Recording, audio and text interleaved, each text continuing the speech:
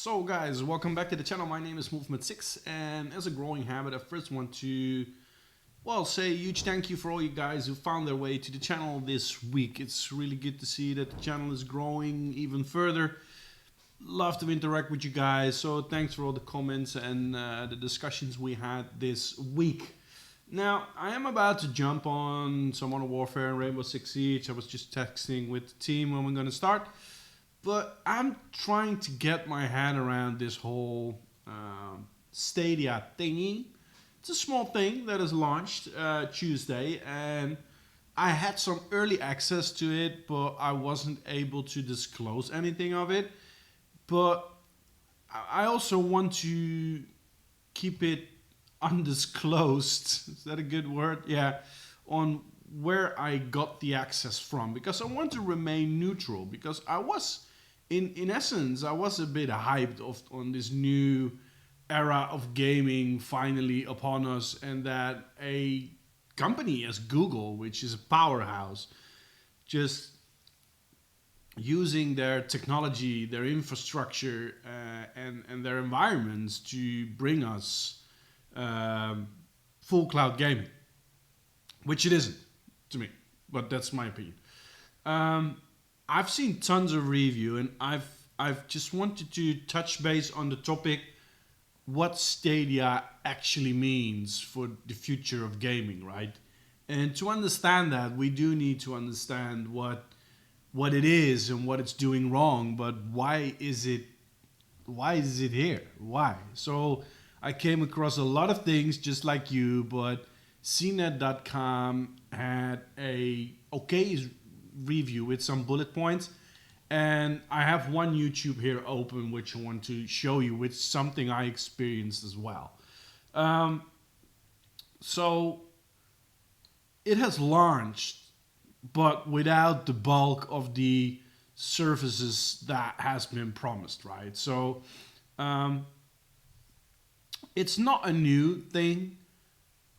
Cloud gaming, it's already dated from didn't click that. No, it's already dated from a startup in 2010, but as rightfully said, bandwidth and latency concerns always pushed it back.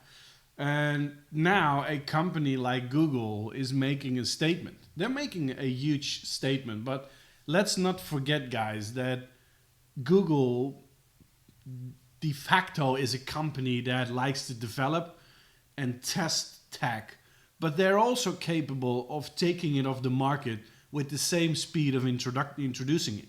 So don't be surprised that eventually this service is going to get killed. You do need a huge internet connection to run this somewhat smoothly. And in the Netherlands here, we have an upside that almost the entire country is connected to high-speed internet connections. I myself have a 500 Mbit per second connection, optic fiber. I've got high speed. I'm downloading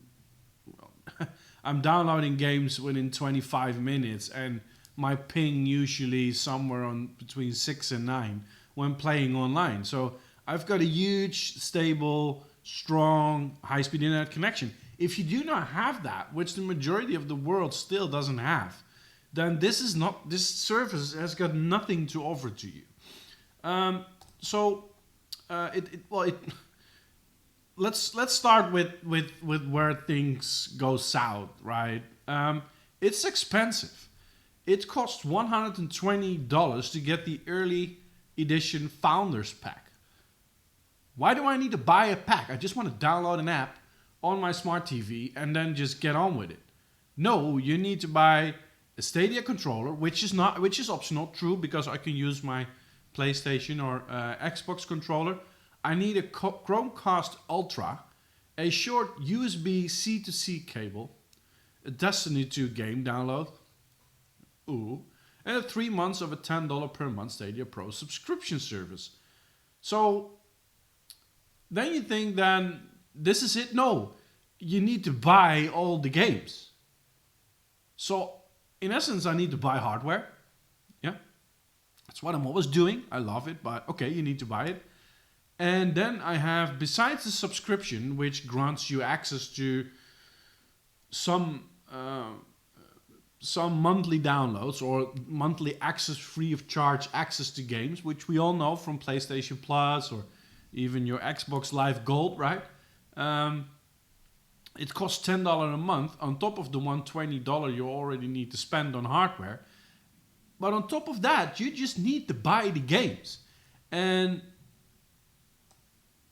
you can't download them, which makes it okay.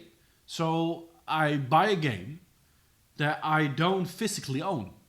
To me, a download on my machine is physically owning something. And to an extent, I thought, why are you, MV, why are you so brag up about this? Because I'm, maybe it's not laughing at home, but I'm paying for everything I use, right? I'm producing music. I know what it is when people take your shit and don't pay for it, right? I'm an artist myself. You can find everything from me what you want, but I produce music. So I understand that if you create something, you want to have value for money for that, right? Shit is expensive, what I've got here. And also to create a game or to create a movie, I want to buy for it. So my iTunes library is pretty massive. And I don't actually download them, but I stream my movies. Yesterday I saw Crawl, which is a group movie, by the way. And I'm streaming that via my Apple TV 4K to my television. Fine, kudos. But there is an option to download. And yes, I need to remain in the iTunes, Apple environment, but I don't care because I stayed. But I have an option to download. I have it, to own it, to physically own it. You can't download it here. So if they kill the service, then your games are gone, I think. They say the video quality is excellent. Yay, but they promised 4K across the board, and some games are presented in 720p. So I'm not really excited about this. Okay, 4K, it's not to me a unique selling point anymore. And as you can see, this guy has a 100 Mbit per second Wi-Fi, which is a pretty strong Wi-Fi connection. But let's get into that a little bit later. There aren't many games. There aren't. So, and this to me is also why this, for me, this is Google just testing infrastructure and services. Why would I take a Google Stadia subscription? Why need I buy for the hardware and buy the games if these are generic cross-platform games? If you know me, I'm making decisions based on exclusive content on a platform. If Google wants to join the feast and they want to fight Sony and fight Microsoft, they need to start developing their own games. They do. Because if they're not doing it, then I could play Wolfenstein, I could play Tomb Raider, NBA, Red Dead Redemption, or all these generic cross-platform games on any other system. So there is no, oh wow, they've got something to offer that someone else doesn't have. So, you know, all the other things, in-game capture, fine, controller, fine, shifting screen, fine, but you can only buy games through a phone app, so it's just a service that's not really complete yet. But the worst thing that people have pointed out, and I've also experienced, is a huge amount of lag that is in this service. And that is not really surprisingly, because let's face it, guys, you press left, and when you press left, you package that command, send it over the internet via DNS service to the Google data center. There it tells your character to move left. Then that screen of your character moving left is streamed to your television via the same route or via another route. And then it needs to pop up on your screen. So if anything happens along the way, or your internet connection is not that huge, then you might have an issue. And This is a post. I do want to give credit where credit is due, right? So this is from the Washington Post, um, where it says the input lag is horrendous. Which is it is horrendous, and that makes it unplayable across the board. It You can't play multiplayer online, and you can't play single players where you need to be accurate, right? And to be honest, this guy, as you can see, tested on a huge internet connection. This was a great internet connection, right? So the issue is also that it's unpredictable. The input lag is unpredictable. That means sometimes it's reasonably spot on, sometimes it takes 1.2 seconds, sometimes it takes half a second, and I've seen instances where it takes up to a second for your character to freaking respond. So that makes it across the board completely unplayable. But what is the reason for Google Stadia to be here? What is there a higher ground to be here? First of all, we see the market shifting already. We see Sony and Microsoft anxiously introducing cross-play gaming, a topic that has been on the table for the last maybe 10 years, I would say. They always refused because they were dividing the market. And now Google is entering, and all of a sudden we have Modern Warfare where you can cross-play.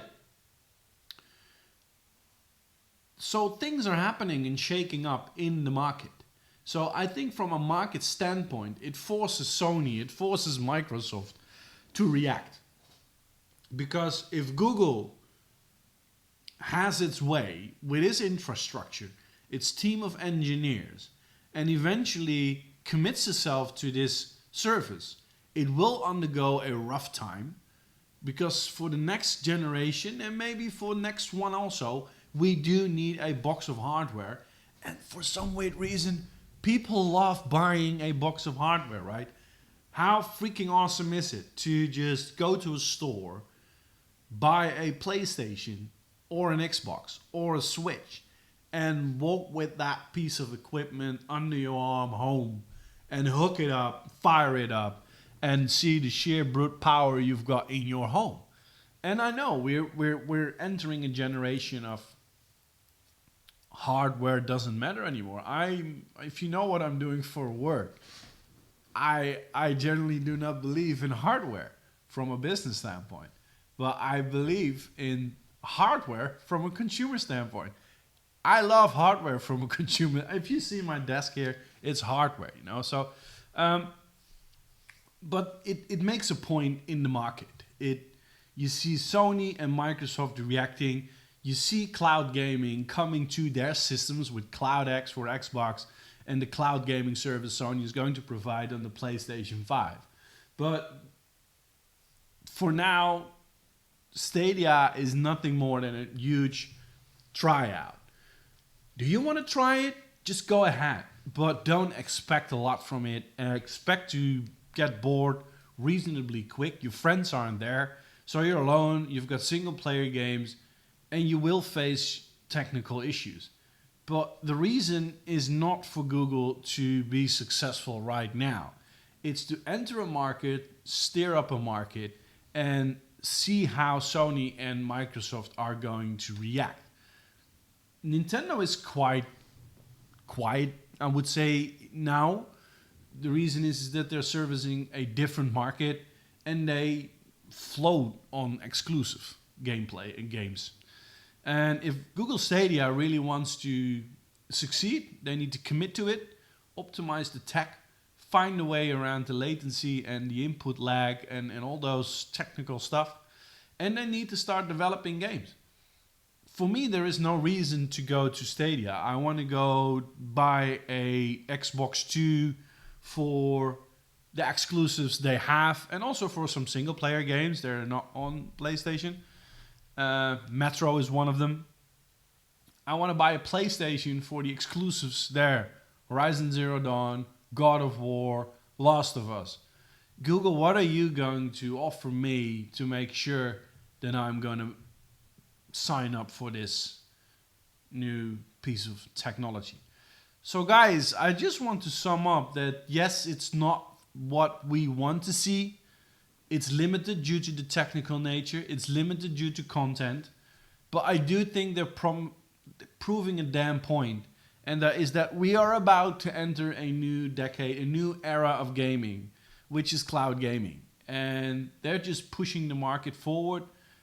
Sony and Microsoft are reacting.